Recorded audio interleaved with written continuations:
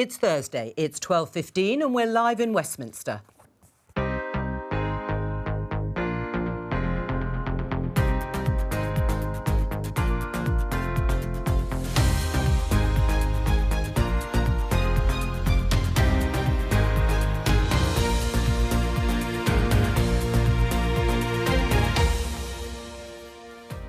Joining me today, our regular Thursday panel, the Conservative peer and former Cabinet Minister Ed Vaizey, the Labour MP Stella Creasy, the Chief Executive of the New Economics Foundation Miatta Fahnbulleh, and the Daily Telegraph's Madeline Grant.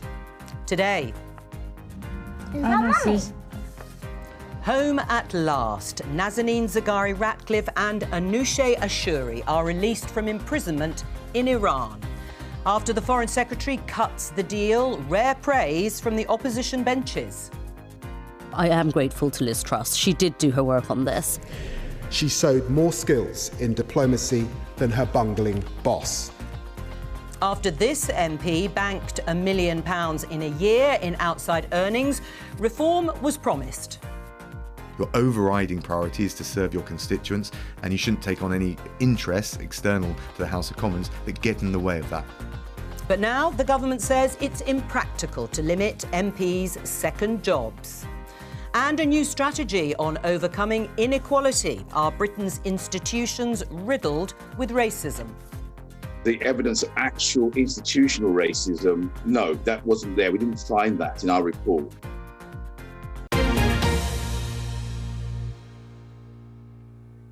And as we come on air, let's start with this piece of breaking news, perhaps not entirely unexpected. BBC News story, interest rates rise for third time in 4 months as the Bank of England tries to calm rise in cost of living and, of course, rising inflation across the board. It's risen to 0.75%. My opening question to the panel, but starting with you, Miatta, does this mark the end of an era of historic low interest rates and cheap money? We don't know yet. It shouldn't do, but we don't know. You know, I have to say, I do think that the rising interest rates is the wrong answer to the problem that we're facing. So inflation's going up, but what's driving it? It's been driven by energy prices, global. It's been driven by supply-side constraints that are global. So it's not clear that interest rate rise will actually do anything on inflation, but it does risk dampening the recovery, which is starting to stutter, and it does risk hitting households because a lot of people facing a cost of living crisis are going to have to borrow to get by. And this is going to see borrowing going up, credit going up, and the cost of credit going up. So it doesn't fix the problem. The bank may feel it's acting, but it's not actually solving the problem, but it might be making things harder for people. I mean, is the lever traditionally used to rein in rising prices? But listening to what Miatta has said in the circumstances we're in now, Ed, what's your response to this latest rise? You'll remember yesterday the Fed in the US, the Federal Reserve, also increased interest rates and perhaps also tellingly said there are going to be several more, I think up to 6 more rises by the end of the year. Well, I think Miatta's analysis is right, and she knows a hell of a lot more about this sort of stuff than I do, but because this is a kind of unique situation. It's not kind of 70s-style inflation. This is effectively a hangover from COVID, massive supply-side constraints. And also, you know, in a sense, you want people outspending. If you think about hospitality, for example, which was obviously hammered by COVID, you want people to be able to go out and go to cafes and bars and cinemas and so on and so forth. And also, you've got this massive cost of living crisis. I mean, it really is serious, the way energy prices are going up and what they are doing to household budgets. You've got, to a certain extent, an element of mitigation, the work from home environment, if you like, because people certainly working, you know, traditionally paying thousands of pounds to commute into London may now have a choice. But it is very hard. All I would say is that the Monetary Policy Committee is earning its money, as it were. It's a very, very difficult line to navigate because I do think people want to see some action from central banks to address inflation. I think if there was no action, it would damage the markets and damage investment. Well, and on that, Stella, perhaps it would have been an even bigger issue and story if they hadn't further increased interest rates today. The challenge is, though, it's always the poorest in our communities who will face the brunt of this and are the least able to cope. So we know that people who are on universal credit in London, half of them have already got into debt to make ends meet. A third of them report skipping meals to be able to make ends meet. We know that 44,000 people alone in 1 month last year remortgaged their properties. It doesn't take a maths genius. It doesn't mean you have to have an economics degree, Ed, to work out there are a lot of people in this country over-leveraged. There have been for some time. Yeah. It's why many of us have been challenging the government to do much more about consumer credit regulation, because we know that people are borrowing because there's too much month at the end of their money. But this government has taken a very lax approach to tackling the problems within our consumer credit industry. And what I worry about is those people who can't work from home, those people who work in supermarkets, Ed, who can't save money on their commute, I totally understand. who will be targeted by... I was just giving an example of how some people might be able to mitigate the impact on their household budgets. The people who are already in debt will be targeted by these legal loan sharks, whether it's the buy now, pay later companies or new forms of payday lending companies. Yeah. And this government is casually relaxed about these companies, and we will see those people slipping further and further into debt as there's more pressure increased. Madeline? I wonder if this is, the big question is this a temporary glitch, or are we in this for the long haul? And I'm very worried that in the same way that, I think our several generations have lived through a time of peace and stability in Europe, we've almost come to take that for granted. I worry that what's coming down the line with rising inflation, living costs is, we've been living in quite a... I don't want to say privileged position, but quite comparatively stable. We've forgotten the sort of the long ago evil of inflation. We're not really best placed to combat it. And I think our politicians have often been, in many countries, have often been asleep at the wheel because they've been busy dealing with the pandemic and so on. But when you consider, what Ed and Stella have been saying about the shocking impact on living costs, but then things that are coming down the line, for example, the urgent need to jack up defence spending in the future. How do we meet the cost of net zero and lots of other things? I fear that we haven't even seen the worst of it. It's already pretty terrible as it is now. Right. I mean, Miata, on this issue, Madeline referring to broadly a time, as we know, of low interest rates, it will mean people's mortgages will go up and their repayments. 80% apparently of households are on fixed rates. But of course, it's when those end, isn't it? It is when those end. It will have an impact on households, but, it will also have an impact on investment. It seems mad to me that if we have supply-side constraints, why would you hamper people's ability to invest to sort those supply-side constraints down the line, which is essentially what increasing interest rates does. So I get the pressure on the bank. The Chancellor made it quite political when he said, I'm watching you, Governor Bank of England, what are you doing? But because it is the lever that's used, isn't it? It's the lever that's used when the economy is overheating. And the truth is, you look at our economy, it's not like it's on rocket fuel. It's not like it's doing really well. It is not heating. So actually, the bank probably shouldn't be acting, but maybe feels politically it needs to. I'm going to draw everyone's attention to a story that's been unfolding this morning over the last few hours. We were told by the company P&O Ferries that they were going to make a major announcement on the future of the company. They said it wasn't about liquidation in terms of P&O, but it was a major announcement, and they called on all their ferries to basically be held until this announcement was made. Now, we understand from The Times, which has exclusively said that P&O intends to fire all their UK staff on the spot and replace them with cheaper overseas labour. We don't yet know, of course, exactly what the announcement is going to be, but this has been tweeted out by the Labour MP Carl Turner. New foreign crew waiting to board the Pride of Hull on King George Dock.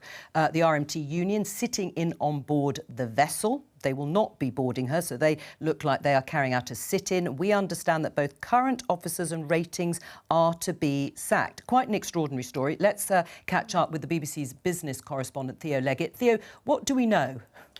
Very little for certain. There is an enormous amount of speculation. What we have for certain is that P&O this morning ordered its vessels to come into port and remain there, offload all passengers and cargo. That in itself is a very unusual move, and you have to question why a company would do that if it wasn't expecting some kind of wide-ranging disruption. In response to all of the speculation that's been around, the company has said, as you mentioned, that it's not going into liquidation. It hasn't given any further details beyond that. The RMT union has made it very clear what it thinks is going to happen. It's very concerned that UK's sea workers will be sacked and replaced by cheap cheaper foreign labour. Again, no confirmation on any of this, but that's the widespread expectation, and there's talk of agency workers having been moved to docksides and all of this sort of thing. So it's not clear. We're still expecting the announcement from the company, which P&O has told its workers will safeguard the future of the business. But beyond that, as I say, it's very unclear. Yeah, is there any timing on this announcement? Having come out and said they're going to make a major announcement and taking this extraordinary action, you might have expected them to have all their ducks in a row ready to make it, and we're still waiting. Nothing specific, I'm afraid, and what they've told customers is that services will not operate for a few hours, whatever that means. On the busy Dover to Calais crossing, incidentally, passengers are being told to turn up at either Dover or Calais, and they're being put on services, we understand, operated by rival ferry company DFDS. But yeah, we're still waiting for the statement. P&O ferries have said very, very little so far, and we haven't had anything either from their parent company, the Dubai-based logistics operator DP World. Theo Leggett, thank you very much. We may come back to you if we do have any confirmation at the end of the programme. Can I just get your reaction, Miata, and then Madeleine, to this story? I mean, the thing that strikes me is that they can fire all their workers on the spot. And, you know, it takes you to employment rights, which, by the way, across the maritime sector is awful. They'll be bringing in foreign workers, many of them pretty much on slave terms in terms of the pay that they're paid. You see this across the fisher sectors, you see this across the maritime sector. And I go back to why on earth do we not have employment rights that means that this isn't possible? That you can't just decide that you want to completely get rid of your fleet and they have no recourse to act to respond. Madeleine? I'm just racking my brains trying to think of some other example where something like this has happened. Agree. And I can't. I cannot think of a time where a company has engaged in such wide-scale sackings of its employees and then having other people on standby ready to take over at a moment's notice. It just seems utterly extraordinary. I mean, it hasn't been confirmed, but Yes. they are the reports, and it does seem a most bizarre situation. I mean, any Well, I think it's right. I mean, God knows what will come out in the next few hours or indeed a few days. I mean, it is an interesting PR strategy for P&O to sack its entire UK workforce if that and is dock its ferries, which presumably people are relying on, lots of customers are relying on. I don't know what role the RMT has played in this. I don't know. I haven't seen any stories in the last 6 months of some kind of dispute between P&O and the RMT on terms. Miata's quite right. Pay in these areas and cruise ships as well is absolutely terrible. You rely on foreign labour and pay them very low wages, so that's another issue. It's all very confusing. And as to Madeleine's point, I mean, the only thing I can recall is Ronald Reagan sacking the air traffic controllers in 1981. So right. But I mean, you're having to reach quite far back. I mean, do you think the government will have to intervene? I mean, obviously the travel industry, to a large extent, have struggled like many others through the pandemic. But this seems slightly beyond sacking everybody. I mean, the point about employment rights is to prevent situations like this, because actually for those families, and the first thing I think all of us need to think about are the families of P&O ferry workers who right now must be absolutely terrified about what is happening. The second thought is to make sure they've got good legal and trade union representation, because they do have rights. And the third thing is for us to ask us, how do we get to a situation where a company thinks they can do that, given the employment rights situation we have in this country? Our employment rights in this country are in stasis because so many of them were dependent, and we have to use that word, on being part of the European Union. Brexit has thrown that up into the air. We need to make sure we've got strong employment rights, because this isn't in anybody's interest. The state will have to pick up the pieces if they cause this disruption. Do you agree the state will have to pick up the pieces? Well, I mean, Grant Shapps has been quoted in the Times article, and there's no doubt at all he'll have to get involved in some shape or form on this dispute. He can't sort of stand back when this is happening. And as I say, I can't get my head around the employment right issue. You would assume that these workers have employment rights. So I think Stella's Miata are quite right to point that out. So it's very confusing. I imagine Grant Shapps is urgently seeking clarification as we speak from the P&O leadership. Yes, I think he will be, won't he? As we all are. Without sounding too crass, let's stick with the issue of jobs, but different people's jobs. Let's just show you this headline in The Guardian. Plans to cap UK MPs' earnings from second jobs dropped. Ministers tell Common Standards Committee that a ceiling on such earnings would be impractical. Now, it may feel like another era when this story first evolved, but towards the end of last year, Boris Johnson faced huge pressure, if you remember, to crack down on MPs' second jobs, and plans were proposed to ensure MPs' outside work was within what they called reasonable limits in terms of hours and pay. Let's talk to the BBC's political correspondent Nick Eardley. What's happened, Nick? It was only 3.5 months ago, Jo, that Boris Johnson was saying, one, that he was going to crack down on consultants in Parliament. That is something the government's still going to do. But then he talked about, as you say, these reasonable limits on second jobs. And ministers were on the airwaves talking about the idea of maybe capping that at 15 hours a week, or looking at earnings to make sure that they weren't too much, and, you know, basically meaning MPs were focusing more on their outside job than on their constituents. That seems to have been quietly dropped, though, because ministers have written to the Common Standards Committee saying, one, that they think it would be impractical to put a limit on the number of hours some could work in their second jobs, and two, that they don't think putting a cap on earnings would have the desired effect. So it does leave this big question now about what exactly Boris Johnson is going to do to make sure those reasonable limits are met. Labour are saying that they think the PM has basically gone back on his promise to address the second jobs issue. Right. I mean, obviously, we still had COVID when this story first came through, and now war in Ukraine. Is there a sense that the government's sort of hoping people have forgotten about this issue? I think the immediate pressure's gone. Remember, there was the big furore about Sir Geoffrey Cox working in the British Virgin Islands, earning £900,000 in his second job. That's what brought this to a boil in terms of the outside earnings part of the equation. I think the fact the pressure's gone on that is probably one of the reasons that the government thinks it can do this. But I think it also raises that question about Boris Johnson's ability to come up with answers to short-term problems that maybe are a bit harder in the long term. All right, Nick, we're going to come back to you in just a moment. On that point, Ed Vaizey, was it just a short-term fix and now it's conveniently been dropped, or at least part of it, in terms of putting time limits or capping the amount people can earn? Well, Stella's looking at me because she's going to eat me for breakfast in a minute. But which she does on the programme every week, and I speculate what topic she's going to demolish me Try on. not to fill for too much more time, but yes, go for it. I suspect, Come on, Ed, answer the question. Let me just speculate that, you know, the government probably did look at this. They probably did think this is actually very hard to police. But we're all grown-ups, and we know that making an announcement in the middle of a war and a crisis is one way of making sure it's not on the front pages, so it may well be that that's why they've decided to make the announcement. I mean, looking at it objectively as I can, as it were, it should be possible in theory to limit MPs' hours. Gordon Brown famously brought in this system where if you had a second job, you had to put down how many hours a week you worked. So it could be possible to say you can do no more than 15 hours a week. And it should also be possible to limit earnings. You say you can earn no more than your MP's salary in your totality of second jobs. Those are perfectly possible.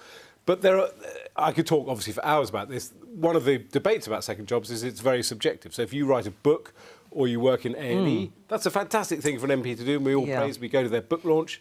But if you work for a bank, that's a terrible and evil thing for an MP to do. You can't do that. Right. Stella?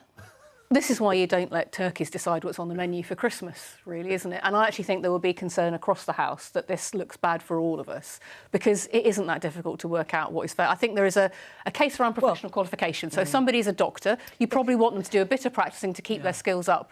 But you don't need to practice to make £1 million sitting in the British Virgin Islands. I suppose you just don't. No, and it looks bad for all of us. But the question is, we've had so many discussions about this that preceded the latest stories around Owen Paterson and Geoffrey Cox, that clearly is harder than it looks to do. But it's who you're asking, isn't it? I mean, look, if the government ministers have sat around and thought, oh, is it going to be controversial to try and cap the number of hours because then we have to go and tell Geoffrey Cox he can't make this money... But then you have your answer. Because it did apply to Labour MPs too, didn't it? And that the didn't want their public are second looking at us with horror, because I think the question isn't how many hours, it's where do you find the time? There is quite a lot on right now, going on in Parliament, going on in the world, and where people are finding the time. As I say, I think there is a case around you want people who are doctors to keep up their skills, but you don't need to keep up your skills in consultancy. Madeline, on the issue of what looks like a volte-face here by the government, how does it look to you? It does look a bit like a volte-face. I agree. I think that it's entirely possible that Boris Johnson is very good at promising things in the short term to get himself out of trouble, and then, you know, potentially reverse ferreting. And the government has an awful lot to keep them occupied right now. So it might be that they've decided that the complexities of this plus the political expediency have combined to create a situation where that makes sense. But actually, it's very unpopular opinion of mine, but I actually think they were wrong to go after second jobs in the way they did. They should always have been looking really more at issues of probity and conflict of interest, which was why the Owen Paterson scandal was so appalling. I think there is a world of difference between that, and we say that I think sometimes what we want from an MP can be quite contradictory. People hate career politicians. They often say that MPs do a lot of things in the sort of virtue signalling causes and whatnot. I don't always agree with this, but at the same time, virtue, Ed? It was my middle name.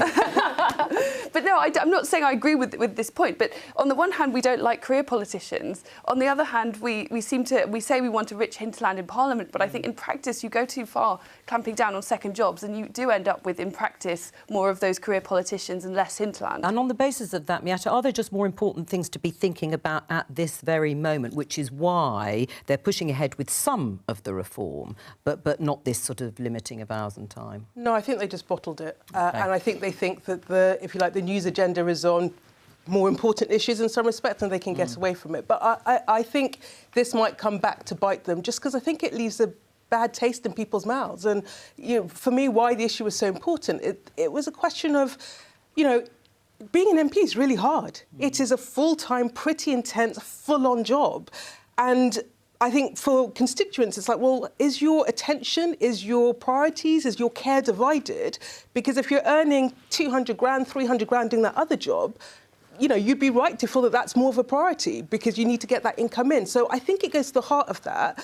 And I think turning around, particularly, if you think about the average income for most people, which means that MP salaries feel really, really big, to say we're not going to cap it, we don't think it's possible, allowing people to make quite large extra money doing a second job that's actually a primary job because you're earning 3 times your salary, I think that feels problematic. The optics of it looks bad, and when you've got trust in politics and politicians so low, I don't think it's a message the government needs to be sending out. All right, well, we're going to come back to this. Ed, briefly. Well, I was just going to say, the trouble with that argument is, of course, MPs do a second job. It's called being a minister. So while we have this mix of legislature and executive, it's quite hard to argue that being an MP is a 24/7 job. To Geoffrey Cox representing the British and the conflicts of interest. Geoffrey Cox's there are £1 million multiple a year job issues being a lawyer here. is much easier than being a minister. All right, and on that revelatory note, let's go back to yesterday's story, which was also breaking as we came on air, which was the news of the release of Nazanin Zaghari-Ratcliffe and Anousheh Ashuri,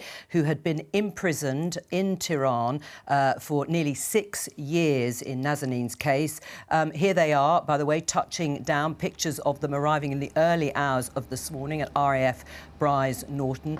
You can almost see the excitement as they hurry towards being reunited with their families. There's Nazanin Zaghari-Ratcliffe's daughter. I can't quite imagine what that must have been like after the ordeal that they have been through. A joyous occasion, very nerve-wracking because we couldn't actually confirm those reports. The government was holding back, probably rightly, until they were both actually in the air and on their way home. As I say, you can see the joy there. Let's talk about the deal that was actually done between the government and the Iranians. Let's go back to Nick Erdley, who is waiting there patiently. What exactly happened there? Well, there have been months of talks now about how to pay this debt back in a way that didn't contravene sanctions on Iran. So this is several £100 million that dates back to the 70s when the pro-Western government ordered a bunch of tanks from the UK. There was then the Islamic Revolution. The tanks were never delivered. The money was never paid back. And that was one of the reasons the regime in Tehran said that it wasn't going to release the hostages. So what has happened now is the government's been in talks for a while about how to make this happen. They found this route by which they can say all the money has to go towards humanitarian causes. We don't know what that means. We've not seen the contract. The government's not gone into details, but that seems to be the way that they've got round the sanctions to make this happen. As I say, these talks are nothing new. They've been going on for a while, but the word from the Foreign Office was that it was a change of government in Tehran that really unlocked this and made things move a lot quicker. no criticism of that here, but there has been a bit criticism from Washington. Mike Pompeo, Donald Trump's Secretary of State, has called it blood money. He's hit out and said that money will be used to terrorise the US's allies. I think it'll be interesting to see if there's more criticism from America as well, because clearly there are some that are a bit uncomfortable with that money being paid. Nick Eardley, thank you very much for that. Are you comfortable with the money being paid in the way it is? Obviously joyous that Nazanin Zaghari-Ratcliffe and Anousheh Ashuri have been released. Yeah, I am comfortable. I mean, the money is owed to the Iranian government. It was paid to us for this military equipment, and then there was obviously the Iranian revolution. So I don't feel that we're paying a ransom. Obviously, I don't think Iran was in any shape or form justified in taking these hostages, and I think you were right to call them hostages, not prisoners or whatever. But nevertheless, there was a semblance of an element where we could legitimately pay some money. I mean, it's interesting what the noises coming out from Washington, because I think that underscores the point that some of the things that prevented us moving forward with this was probably political pressure from America in terms of keeping Iran isolated. Well, and I don't know how much Liz Truss had to do with what sounds like an imaginative solution to hand this money over to the Iranian regime to try and ensure it's spent in a legitimate way. But I'm glad it's been unlocked, and we're all delighted that she's back. I mean, I think fair play to Liz Truss for resolving this. I also think we should all pay tribute to Tulip Sadiq, who has refused to let this go. But the critical thing for many of us who've been part of... so Tulip is Nazanin's local MP. But Tulip has been a powerhouse in Parliament, organising debates, urgent questions on. And at all of those urgent questions, we were consistently told that this debt wasn't anything to do with it. So I think you take away two lessons from this. First of all, in politics, there is always, if there is a will, there is a way. Well, it is about driving things forward, isn't it? Yeah, you can make a difference. But secondly, frankly, Richard Radcliffe and Tulip were absolutely right to refuse to be told that this wasn't an issue and refuse to let it lie down and refuse to be silent on this. We also know there's Murad Tabaz, who is still in Iran. Yes. So actually, in resolving this, it's not clear why that third person hasn't been part of it. And we know his family want us to speak out for them, or what this means, because ultimately, this woman has spent 6 years in jail because people kept saying that the debt wasn't an issue. And for that little girl, this is the first time she's been able really to see her mum. I mean, think about that. For that 6-year-old little girl, because we sat around in Parliament being told repeatedly the debt wasn't an issue. And I think that is unforgivable. So I think it is right that there should be some kind of inquiry about why suddenly this has been able to be unlocked. But fair play to Liz Truss for making it unlocked. Yes, I mean, there will be questions about why so long, if it was a case of paying an unpaid debt that Liz Truss then said yesterday, in fact, I think she said it earlier, was legitimate in that sense. Do you think there are implications, though, for, you mentioned, Stella, Morad Tabaz, who is British-Iranian but also has American citizenship, been released from prison on what the Iranians are calling furlough, we've translated it as, and the UK government has continued to work to secure his long overdue permanent release. But are there any implications that the government should be wary of? Oh, certainly. I mean, we're dealing with Iran, and we must never lose sight of the great evil that they've committed in so many ways. And, I mean, much as I rejoice at the long overdue release of Nazanin to her family, I just cannot imagine having 6 years of your life stolen from you. And I'm utterly delighted about that. I also worry about what a country like Iran will do with £400 million, the kind of evil that they can perpetrate. And I worry that what we're seeing now is a potential softening of relations with that country, and where that might take us next. So I do think that I'm not saying that we shouldn't have gone through with this. I think it was the right decision, but we must keep an eye on what Iran does next, and must not mistake this one friendly overture perhaps as a sign of something really profound and deeper. Well, and what underlines, if you like, the sort of status of the Iranian regime from the UK government's perspective is that the money, I understand, was paid in cash because they are outside the SWIFT banking system, the international bank transfer system that, of course, now Russia finds itself out of. That really goes to, if you like, the heart of how that regime is viewed. Yeah, I mean, look, it's still very, very cold, I think, the relationship between the UK and Iran. I don't think this has necessarily shifted that. I mean, I think it was right to do the deal because it was money that was owed. I think it should have been done much, much quicker than it has been done. And, you know, but for, yes, the MP, but also the family, keeping it on the agenda, I'm not sure our government would have moved. I'm not sure they would have moved as quickly as they had done. And it shouldn't be the case. The fault for this lies with Iran, because in the end they were the two that linked. But I'm not sure that our side have conducted themselves in the most smooth, swift and efficient way in order to resolve this. Stella, you mentioned Liz Truss. You're one of several Labour MPs, including Tulip Siddiq and also the Shadow Foreign Secretary David Lammy, who have praised her because she's found herself very much at the centre of this campaign towards the end of it, after Tulip has campaigned for 5 years or so to secure that release. Ed, what do you think it's done to Liz Truss's standing in the party, certainly, because she was already seen as a potential leadership contender, particularly at the time when it looked as if Boris Johnson's own leadership and future was really hanging by a thread. This will have boosted it further. Yeah, I mean, I think that, it obviously seems slightly trivial to talk about people's leadership prospects in the light of a story as serious as this one, but there's no doubt at all that the Westminster Village will look at these kind of incidents just as they're looking at Ben Wallace, the Defence Secretary, who I think has conducted himself very well during the crisis and the invasion of Ukraine. It will affect how the Westminster Village looks at the runners and riders who might or might not succeed Boris Johnson, depending on how long he serves as Prime Minister. Look, I've always teased Liz Truss probably on this programme. Her whole kind of Mrs Thatcher stick is hilarious, the photographs on top of tanks and so on. But to be blunt, she knows what she's doing. And she has positioned herself very well as a potential successor to Boris Johnson.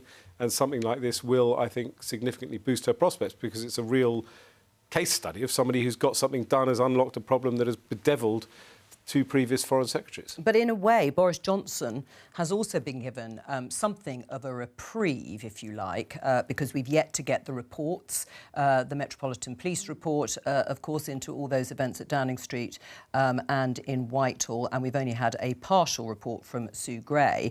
And in the meantime, letters of no confidence have been withdrawn by Andrew Bridgen, announced that yesterday, Conservative MP, and we already knew that Douglas Ross, ironically, the leader of the Scottish Tories, who was the first to come out and say, actually, I have lost confidence in the Prime Minister, is now saying, perhaps not for now, but I don't want to see him lead us into the next election. So where does it leave Boris Johnson, Madeleine? Well, I mean, where things were with Douglas Ross may not be all that friendly now, but based on where they were just a few short months ago, it isn't extraordinary how quickly politics seems to move and change. We lurch from one emergency to another, and the political trajectory can change just as dramatically. And the impossible suddenly seems possible. It is the position I think that Boris Johnson finds himself in now is, well, I mean, the threat of something which feels, existential, really, that's happening in Europe, the end of European peace and stability, has had a galvanising effect. And I think that those sort of situations create a sort of rally to the flag effect amongst the people. So it commands loyalty with the government. And, Labour have been, I think, decent and sensible and generally supportive of the sensible measures that have been taken in Ukraine. But all of this doesn't create a good environment for deposing someone, because it just seems to be a culture of agreement. Stella? Well, I mean, I think we all certainly hope that Liz Truss did the right thing in terms of intervening for Nazanin because it had taken so long. And frankly, a former Foreign Secretary, who is now the Prime Minister, had caused further problems for Nazanin, and not for the Instagram pictures, although I have a horrible feeling they will be forthcoming. Look, this is a spiral that's taking place within the Conservative Party. Now there's only 11 letters of no confidence. I mean, come on. Time and time again, this Prime Minister, when it has come to it, he's put his private interests as ahead of the public interest. And we've seen that again today on this issue around second jobs. Absolutely, there is a crisis taking place in Ukraine, and all of us are working together to try and address that. But the fact that we're still talking about the jockeying means it hasn't gone away. And the fact that you're talking about other contenders, I'm sure you're ready to phone bank immediately should this happen, shows that the Conservative Party has a crisis, and it has a crisis of leadership. Yeah. And its members know it has a crisis of leadership. So it's a question of when, not if, it's going to address that. All the time that is happening, one eye in Downing Street is not on the crisis in Ukraine, is not on what happens post-pandemic or the economy or what happens post-Brexit.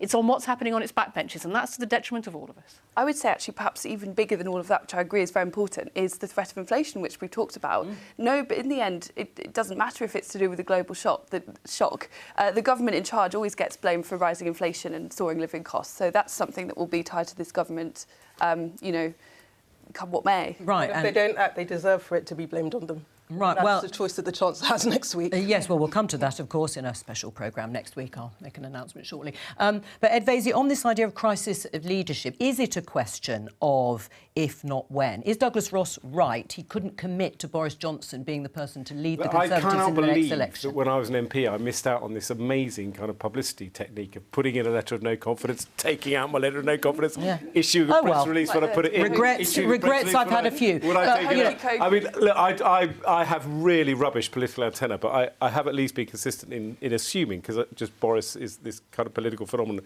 that he would survive Partygate and lead us to the next election and probably win the next election. And just to be rude to Stella for briefly, because normally I'm utterly charming to her, I'd much rather have a Tory party that had at least 2 potential leaders in waiting than a Labour party that has none, apart from you.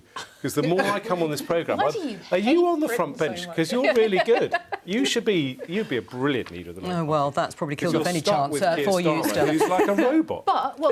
Sorry, no, Keir Starmer is the person, I have to say, Ed, because you're no longer an MP, you're not on the doorsteps, I am on the doorsteps. Partygate hasn't gone away for the British public. They will not forgive a Prime Minister who put wallpaper ahead of their pockets. And when we've got inflation rising, when we've got a cost of living crisis and the situation in Ukraine, people will be very unforgiving. That statement next week, and we know that's coming from one of his competitors, is going to be an absolutely key test for this Prime Minister, because the British public do have long memories when they see themselves being made look fools, and that's what Boris Johnson has done to them. And I think that's the key point. So when the pressure was on Boris, actually I had a lot of time and respect for Conservative MPs that were coming out saying this is not good enough. It's not good enough to lie to the public. It's not good enough to not have standards. It's not good enough to tarnish our politics.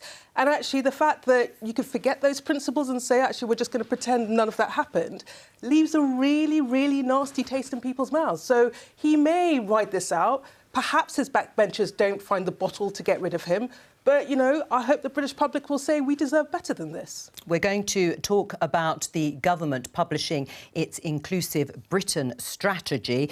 It's an action plan, the government says, to tackle inequality in the UK. The Equalities Minister, Kemi Badenoch, is on her feet as we speak in Parliament making a statement. Now, the strategy is the government's response, there she is, to a controversial report by the Commission for Race and Ethnic Disparities, which, led by Tony Sewell, found that the UK was not deliberately rigged against ethnic minorities. Now, Kemi Badenoch, as I say, is speaking at the moment. We've got a sense of what she is saying and is going to say because she wrote this piece in the Daily Mail. There's the headline, "Putting history in the dock is not the answer." She goes on to say, "We certainly won't achieve greater equality if we fall for this narrative that this country and its institutions are fundamentally racist.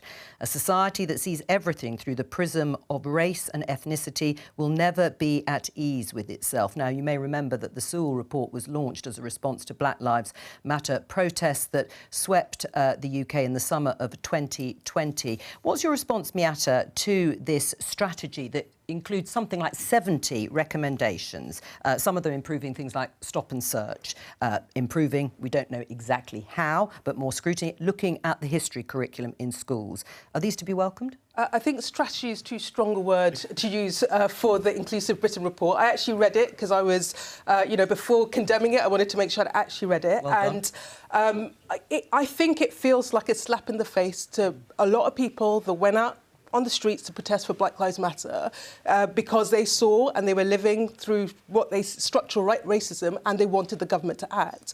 And, you know, when you have the reality of half of, black families are in poverty, that's more than twice the rate of white families, when, black people are 18 times more likely to be stopped for stop and search, which for me is all indicative of the structural racism that the government says doesn't exist. It requires a response. And in short, you look at the document, it says, we're going to stop using BAME, we're going to create a few panels, we're going to do some research, we might have 1 or 2 pilots, we'll create some frameworks. I mean, that is the totality of the 70 recommendations within it.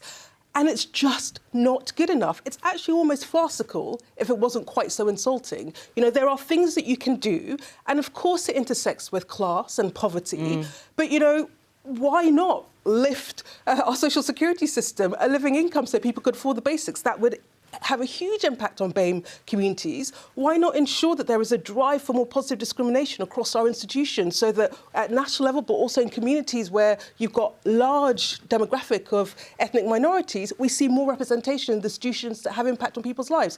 There are things they could have done, and they chose not to do it. The government's failed, has it, really, to answer these huge questions that were raised by those Black Lives Matter protests and its response to the report that it launched? Yeah, I find the government's attitude very, very odd. You had me on this programme last week getting totally overexcited and being rude to my great friend Dan Hannan about the Tory government's obsession with wokeness and tilting at windmills. And I just find it really odd. I've always found it odd that people try to articulate an argument against footballers taking the knee. They actually kind of went to extraordinary lengths to say why this was a bad thing, to argue that Black Lives Matters was a subversive Marxist organisation. I find it completely bizarre why you can't just lean in and deal with the issues which are staring us in the face. Right, but it has got policy recommendations. Yes, are you saying that those policy recommendations are to be as I've already cast aside? Pointed out, not only does Stella demolish me every week, Miata knows more about economics. I haven't read the report. Miata has, so I can't comment on the specific recommendations in the report. But I think I take, to a certain extent, or trust how Miata has kind of analysed it. If it is simply a kind of... It just strikes me that the government is involved in this kind of almost war of its own making on an issue when, in fact, it could be making real and significant progress. You know, it's got the levelling up agenda, which is a credible agenda which the Prime Minister feels passionate about. Why can't it have a similar agenda? Can we also just recognise, and I want to be real open about this, so often we ask black people what they think about these issues first, whilst recognising that it is white people who have to take responsibility for the challenges ahead of us. So actually this debate needs that input to recognise that we have to be challenged. It is going to be discomfort.